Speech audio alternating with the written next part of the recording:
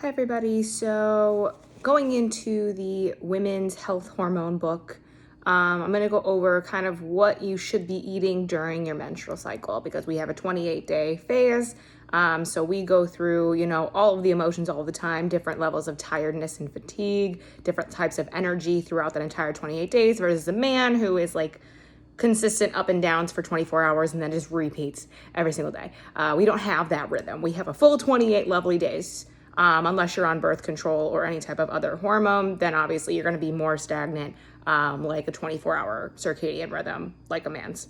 So if you're not on any hormones, though, this is how you're going to want to eat. General rule of thumb, make sure you're eating your whole foods. That's just overall anyway for everything. You're not leaving too long between meals, avoiding high sugar foods, to help manage your blood sugar levels, avoiding cortisol spikes that contribute to mood swings. Remember that in different phases of your cycle, your diet may be driven by cravings.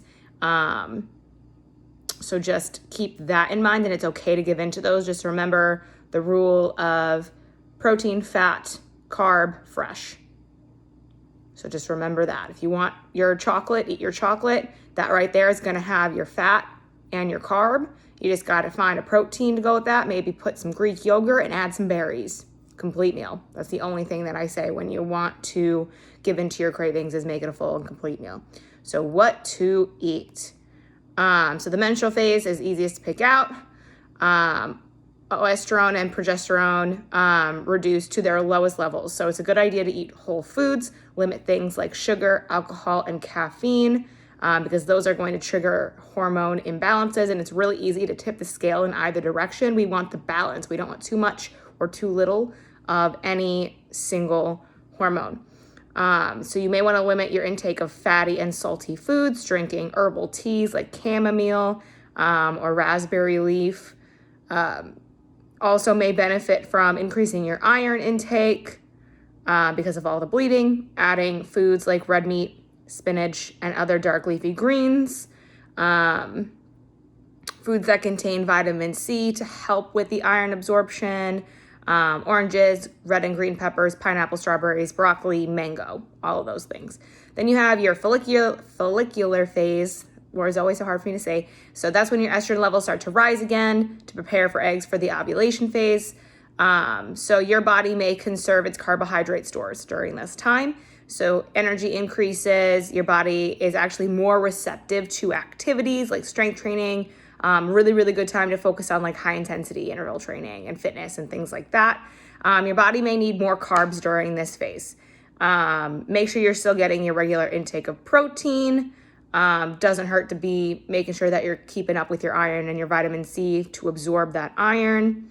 Really good to incorporate some sprouted and fermented foods that help metabolize estrogen, like broccoli sprouts, kimchi, raw carrots are actually really good if you have too much estrogen lying around in your body. Eating some raw carrots at any point in the day is going to help to just cycle it all out so it doesn't recycle through, because that's what your body will do. It will just recycle and recycle and recycle, and then instead of it going through the liver, if the liver's overloaded, it's going to go into your bloodstream, and it just keeps doing that. So you want things that are going to remove the excess if you do have any type of excess in estrogen. Again, some more foods for the follicular phase are also going to be oatmeal, soybeans, lentils, poultry, peppers, and oranges. Then we have your ovulation phase, when your estrogen levels reach their peak and then they start to balance out again when your body releases the egg.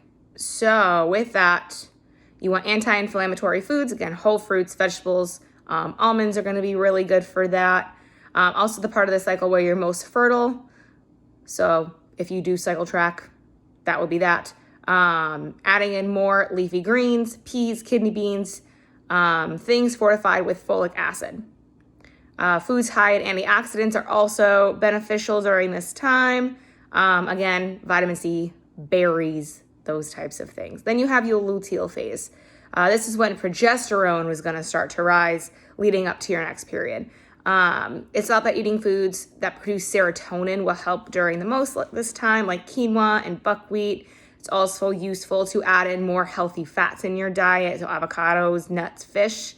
Eating magnesium-rich food to help fight the fatigue.